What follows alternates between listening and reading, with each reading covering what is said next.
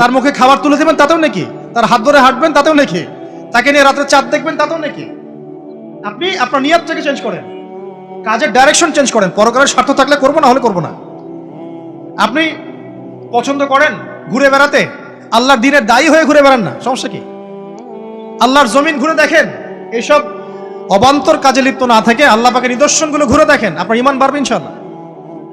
আপনার সংস্কৃতি ভালো লাগে, ইসলামিক সংস্কৃতি মেনে চলেন। আপনি কবিতা লিখতে ভালোবাসেন, ইসলামিক কোনো কবিতা লেখেন। আপনি উপন্যাস পড়তে ভালোবাসেন, ইসলামিক কোনো উপন্যাস পড়েন। আমি বলছি না এগুলোর বাইরে কোনো পড়াশোনা করা যাবে না, এমনটা আমি কিন্তু বলছি না। আমি বলছি আপনি আপনার পুরো কাজটাকে আগে ফিক্স করবেন, পরকালের কোনো স্বার্থ আছে কি নাই। যদি হ্যাঁ দেখা যায় হ্যাঁ পরকালের স্বার্থ ঠিক আছে, অবশ্যই করেন, কোনো সমস্যা নেই। আল্লাহ পাক বোঝার তৌফিক দান করুন। তো দেখুন প্রিয় ভাইরা, শিরকের পাপে যাওয়া যাবে না। এই শিরকের পাপ না থাকলে আমলনামায় ইনশাআল্লাহ আমরা জান্নাতে যাব এবং কবরের উত্তর দিতে পারবো ইনশাআল্লাহ। মান রব্বুক, উত্তর পাস ইনশাআল্লাহ। তারপরে কি? মা দীনুক। এক কথায় ইসলামের অনেক বিধিবিধান আছে, নামাজ, কালিমা, সওম, যাকাত, হজ সব আছে। আমর বিল মারুফ, নাহি আনিল মুনকার, পিতামাতার খেদমত, প্রতিবেশীর অধিকার, স্ত্রীর অধিকার, তারপরে সন্তানদের অধিকার, যাকাত, সবকিছু আছে। এখন যদি ইসলামের কিছু অংশকে মেনে নেন, কিছু অংশকে না মানেন, এটা কিন্তু কুফরি। ইসলামের কিছু অংশকে মানছেন, কিছু অংশকে মানছেন না, এটা কিন্তু কুফরি। ইসলামের পরিপূর্ণ বিধানটাকে যদি মেনে চলেন ইনশাআল্লাহু আযজা ওয়া জাল আপনি মা দীনুক উত্তর দিতে পারবেন। আপনি আমল করতে পারেন না পারেন, মনে করেন আপনি আমল করতে পারছেন না, কিন্তু আপনি আকীদা পোষণ করছেন যে হ্যাঁ ইসলামে যা আছে আমি সবকিছু মেনে চলি, কিন্তু হয়তো আমল করতে গিয়ে আমি পারছি না। আমি হয়তো নামাজ 5 ওয়াক্ত পড়তে হয়, আমি জানি, আমি মানি, কিন্তু আমার মাঝে মাঝে মিস হচ্ছে, মাঝে মাঝে আমি জামাত মিস করে ফেলছি। আপনি মানেন যে সওম রাখতে হয়, মাঝে মাঝে আপনার সওম মিস হয়ে যাচ্ছে, কিন্তু আপনি বিশ্বাস করেন যে হ্যাঁ আপনি সওম রাখতে হয়, আপনার আকীদা ঠিক আছে। আপনি যাকাত দেন নাই এতদিন, কিন্তু আকীদা রাখেন হ্যাঁ দিতে হয়, আমি সুযোগ পেলে দিয়ে দিব। এই যে কনসেপ্টটা ক্লিয়ার রাখা যায় না, ইসলামের বিধানগুলো প্রতিটা আমি মানি মন থেকে, হয়তো আমল করতে গিয়ে আমি পেরে উঠতেছি না বা হয়ে উঠছে না। ইনশাআল্লাহ একদিন না একদিন আল্লাহ পাক আপনাকে তৌফিক দিবেন ইনশাআল্লাহ, আল্লাহ পাক তৌফিক দান করুক। কিন্তু কনসেপ্ট যদি ক্লিয়ার না থাকে যে আমি কিছু অংশ মানি কিছু অংশ মানি না, এটা ইসলাম হলো না। উদখুলু ফিস সিলমি কাফা, পরিপূর্ণরূপে ইসলামে প্রবেশ করেন। দিনী বোন অনেকে আছে পর্দা হয়তো করতে পারছে না, কিন্তু মনে করে, বিশ্বাস করে যে হ্যাঁ পর্দা করতে হয়, এটা ফরজ। ইনশাআল্লাহ আল্লাহ চাইলে ওকে একদিন তৌফিক দিবে ইনশাআল্লাহ। হয়তো এখন মুখ খোলা আছে, হয়তো বা আগে গেঞ্জি টি শার্ট পরে ঘুরতো, এখন সেলোয়ার কামিজ পরছে, ঢিলে ঢালা জামা পরছে, এখনো বোরখা পরছে না।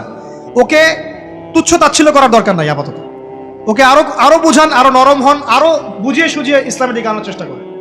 এতদূর এসেছে, ওই পর্যন্ত যাবে ইনশাআল্লাহ, কারণ ও বিশ্বাস করে হ্যাঁ পর্দা করতে হয়, আমি মানি পর্দা করতে হয়, কিন্তু আমি এখন করতে পারছি না, ইনশাআল্লাহ করব, আল্লাহ পাক চাইলে তৌফিক দিবেন ইনশাআল্লাহ। আমি যে বিধান বুঝি এটাই চূড়ান্ত, তাহলে খবর আছে, তাহলে মা দীনুক উত্তর দিতে পারবেন। তো বুঝেন, বিষয়টা বোঝেন, আকীদাটা ক্লিয়ার করেন যে না আমি পারতেছি না, এটা একটা বিষয়, কিন্তু আমি বিশ্বাস করি ইসলামের এগুলো অংশ, হয়তো আমি এখন পারছি না, ইনশাআল্লাহ ভবিষ্যতে পারবো। আল্লাহ চাইলে আপনাকে তৌফিক দিবে ইনশাআল্লাহ। আমরা দোয়া করি আল্লাহ পাক আমাদেরকে পরিপূর্ণরূপে ইসলামে প্রবেশ করার তৌফিক দান করুন। হ্যাঁ, আর সর্বশেষ কি, এটা যদি করতে পারে মা দীনুক উত্তর দিতে পারবে। মান নবিয়ুক উত্তর কখন দিতে পারবে? যখন একজন ব্যক্তি সারা জীবন নবী সাল্লাল্লাহু আলাইহি ওয়াসাল্লামের সুন্নতের উপর আমল করতে পারবে। এই যে ঘুম থেকে উঠলেন, ব্যাস ব্রাশটা নিয়ে দৌড়ে চলে গেলেন বাথরুমে, কি জন্য? ঘুম থেকে উঠলেন, আগে চোখটা একটু ঘষতে হবে, মুখে হাত দিতে হবে, তারপরে আপনি দোয়া পড়বেন। কি দোয়া পড়বেন? আলহামদুলিল্লাহিল্লাযী আহইয়ানা বা'দা মা আমাতানা ওয়া ইলাইহিন নুশুর। তারপরে আপনি যাবেন বাথরুমে। দোয়াটা না পড়ে কেন গেলেন? ঘুমাচ্ছেন, ঘুমানোর আগে আপনি অবশ্যই বলবেন। ঘুমানোর আগে একদম একটা গান শুনে, একটা গার্লফ্রেন্ডের সাথে 10টা মিনিট কথা বলে হ্যাঁ জান রাখি, ব্যাস, তারপরে ঘুমিয়ে গেলেন। ঘুমটা আপনার জন্য ইবাদত হলো না? হারামে লিপ্ত হতেন না?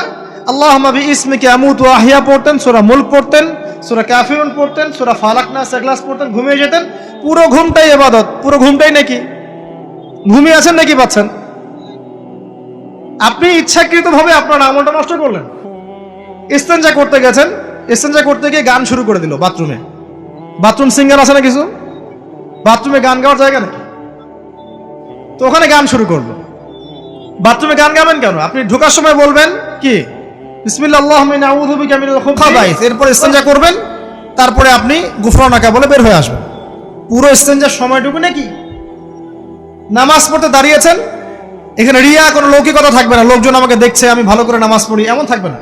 নামাজে দাঁড়িয়েছেন আল্লাহর জন্য খালেস। এখন আল্লাহ আপনার মাঝখানে আর কেউ নাই, আল্লাহ আপনার মাঝখানে আর কেউ নাই। এমনকি যা ইচ্ছা তাই নামাজ পড়বেন। একদল বেরোইছে, এখন দেখি 2 ওয়াক্ত নামাজ পড়ে। তাদের বক্তব্য হচ্ছে যে 5 ওয়াক্ত নামাজ নাকি কোরআনে নাই, আর ওরা খালি কোরআন মানে হাদিস নাকি মানে না। কত যে ফেরকা এখন বেরোইছে আল্লাহ ভালো জানে। তো 5 ওয়াক্ত নামাজ কোরআনে নাই বলে, সুবহানাল্লাহ। তো 2 ওয়াক্ত নামাজ পড়ে। তো এখন নামাজ কি মন গরম ভাবে পড়লেই হবে? ফজরের নামাজে দাঁড়িয়েছেন, ফজর নামাজ কয় রাকাত? 2 রাকাত। এখন আমি যদি বলি নামাজ তো ভালো কাজ, 2-এর জায়গায় 4 পড়লে কি সমস্যা ফজরে? যদি এমনটা বলি হবে? কেন হবে না? কারণ নবী সাল্লাল্লাহু আলাইহি ওয়াসাল্লাম 2 পড়েছেন, আমাকে 2 পড়তে হবে, সিম্পল। 4 পড়লে আপনার নামাজ বাতিল। ফজরের নামাজ 4 রাকাত পড়লে নামাজ কি বাতিল হবে না? মাগরিবের নামাজে দাঁড়িয়েছেন 3 রাকাত নামাজ, তখন আপনি মনে চিন্তা করছেন না 3-এর জায়গায় আমি 4 পড়বো, 5 পড়বো। নামাজ তো ভালো জিনিস, বেশি করলে কি সমস্যা? সবকিছু বেশি করতে হয় না। রাসূলুল্লাহ সাল্লাল্লাহু আলাইহি ওয়াসাল্লাম যা দিয়েছেন তাই করতে হয়, এর নাম সুন্নত। বাইরে গেলে হবে কি? বেদাত। প্রত্যেকটা কাজ খেয়াল করতে হবে। তো প্রত্যেকটা আমল এভাবে। নামাজ, এই যে রোজা রাখবেন, রমজান মাসে রোজা রাখলে এটা ফরজ। আপনি চিন্তা করেন রোজা তো ভালো জিনিস, আমি রমজানও রাখবো, শাবান পুরো 2 মাসে রাখবো, হবে? দেখেন নফল বিষয়টা আলাদা, আমি ফরজের কথা বলছি। কেউ যদি মনে করে ফরজ রোজা আমি 2 মাসে রাখবো, রমজানও রাখবো, শাবানও রাখবো, রোজা ভালো জিনিস করলে কি সমস্যা হবে? হবে না। এভাবেই হজ করতে হয় ওইখানে আরাফার মাঠে। আপনি মনে করেন কুড়িগ্রামে হজের একটা জায়গা বানাইলাম আমরা, মনে করেন কথার কথা, এমনও কিন্তু জায়গা আছে মানুষ অন্য জায়গায় হজ করে। কিন্তু আপনি ভাবছেন এমনি বলছি, এমন অনেক ফেরকা আছে মুসলিমদের মধ্যে, মুসলিম নামধারী, এগুলো মুসলিম না, হজেরও জায়গা বানাইছে আলাদা, ওখানে হজ করে, ওখানে তাওয়াফ করে। এখন হজ যেখানে করতে হবে ওখানে না করে যদি এখানে করি হবে? হবে না। যাকাত দেওয়ার একটা লিমিট আছে, এইটুক দিতে হবে। আপনি এখন কম দিলেন হবে, আবার দিলেন না আমি একদম বেশি দিয়ে ফাটায় ফেলাবো একেবারে, সেখানে হবে? তো এই জিনিসগুলো খেয়াল রাখতে হবে যে আমাদের এক কথায় নবী সাল্লাল্লাহু আলাইহি ওয়াসাল্লামের সুন্নাহটা মেনে চলা। আমলের ক্ষেত্রেও একইভাবে, আপনার অর্থনৈতিক জীবনেও নামাজ, রোজা, হজ, যাকাত আপনার পারফেক্ট। এবার আপনি এসেছেন অর্থনীতির ক্ষেত্রে, এসে মাশাআল্লাহ দাড়ি টুপি জুব্বা নিয়ে মাপে কম দিচ্ছেন, চলবে?